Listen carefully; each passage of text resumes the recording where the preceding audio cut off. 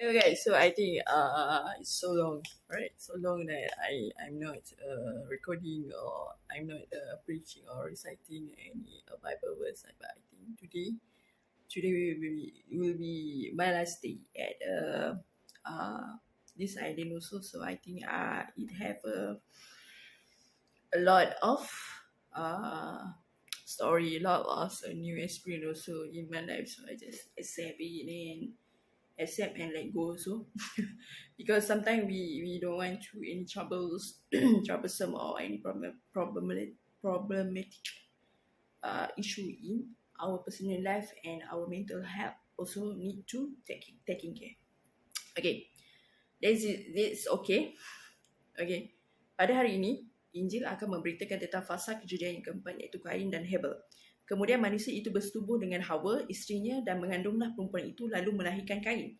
Maka kata perempuan itu, aku telah mendapat seorang anak lelaki dengan pertolongan Tuhan. Selanjutnya, dilahirkannya Habel, adik Kain, dan Habel menjadi gembala kambing domba. Kain menjadi petani.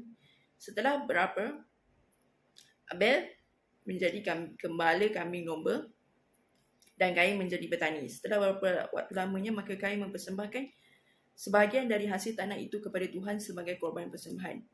Abel juga mempersembahkan korban persembahan dari anak sulung kambing dombanya, yakni lemak-lemaknya, maka Tuhan mengindahkan Abel dan korban sembahannya itu. Tapi Kain dan korban persembahannya tidak diindahkannya. Lalu Kain menjadi sangat panas dan mukanya suram.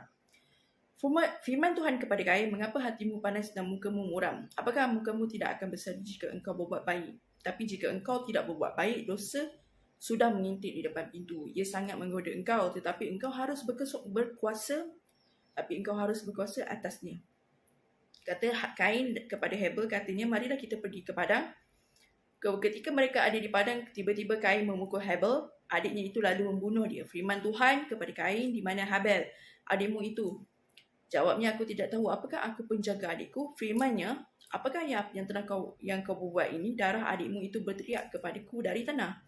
Maka sekarang terkutuklah engkau, terbuang jauh dari tanah yang mengangkatkan mulutnya untuk menerima darah adikmu itu dari tanganmu. Apabila engkau mengusahakan tanah itu, maka tanah itu tidak akan memberikan hasil sepenuhnya lagi kepadamu. Tanah itu tidak akan memberi hasil sepenuhnya kepadamu. Engkau menjadi seorang pelarian dan pengembara di bumi ini. Engkau menjadi pelarian dan menjadi pengembara di bumi ini.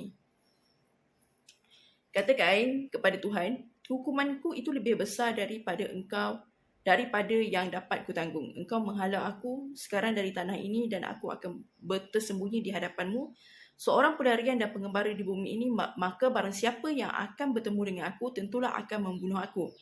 Firman Tuhan kepadanya, sesekali tidak, barang siapa yang membunuh Kain akan dibalaskan kepadanya 7 kali lipat. Kemudian Tuhan menaruh tanda pada Kain supaya ia jangan dibunuh oleh barang siapa pun yang bertemu dengan dia.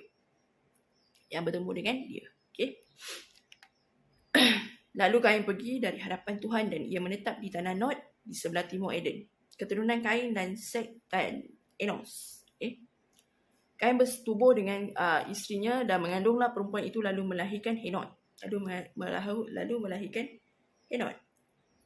Kemudian Kain mendirikan satu kota dan dinamainya kota itu kota Henok menurut nama anaknya. Bagi Henok lahirlah Irad, dan Irad itu memperanakkan Mehujael, dan Mehujael memperanakkan Metusael, dan Metusael memperanakkan Lamek. Lamek mengambil isteri 2 orang, yang satu namanya Ada dan yang lainnya Zila. Ada yang itu melahirkan Yabal. Dialah yang menjadi bapa orang yang dalam diam dan kemah dan memelihara ternak. Nama adiknya ialah Yubal. Dialah yang menjadi bapa semua orang yang memainkan kecapi dan suling. Zila yang melahirkan anak, yakni Tubal Kain, bapa semua tukang tembaga dan tukang besi. Adik perempuan Tubal Kain ialah Nama. Adik Tubal Kain ialah Nama. Berkatalah Lamek kepada kedua isterinya itu, Ada dan Zila, dengarkanlah suaraku. Hal isteri-isteri Lamek, pasanglah telingamu kepada perkataanku ini.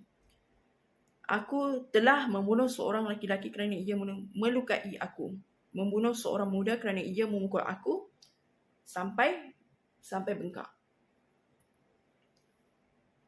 Sebab jika Kain harus dibalaskan 7 kali lipat, maka Lamik 77 kali lipat.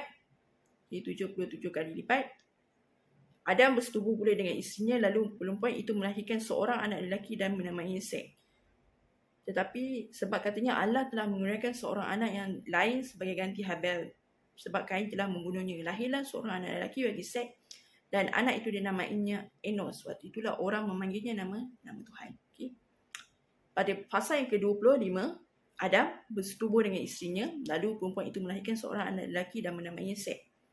Sebab katanya Allah telah mengurniakan kepadaku dan anak yang lain sebagai ganti Habil, sebab Kain telah membunuhnya.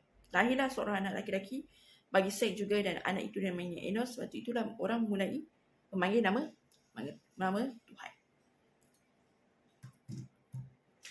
Okay, begitulah tentang fasa kejadian yang keempat. Semoga Tuhan sentiasa menyayangi dan memberkati kita semua, dan terus menerus menyayangi kita semua.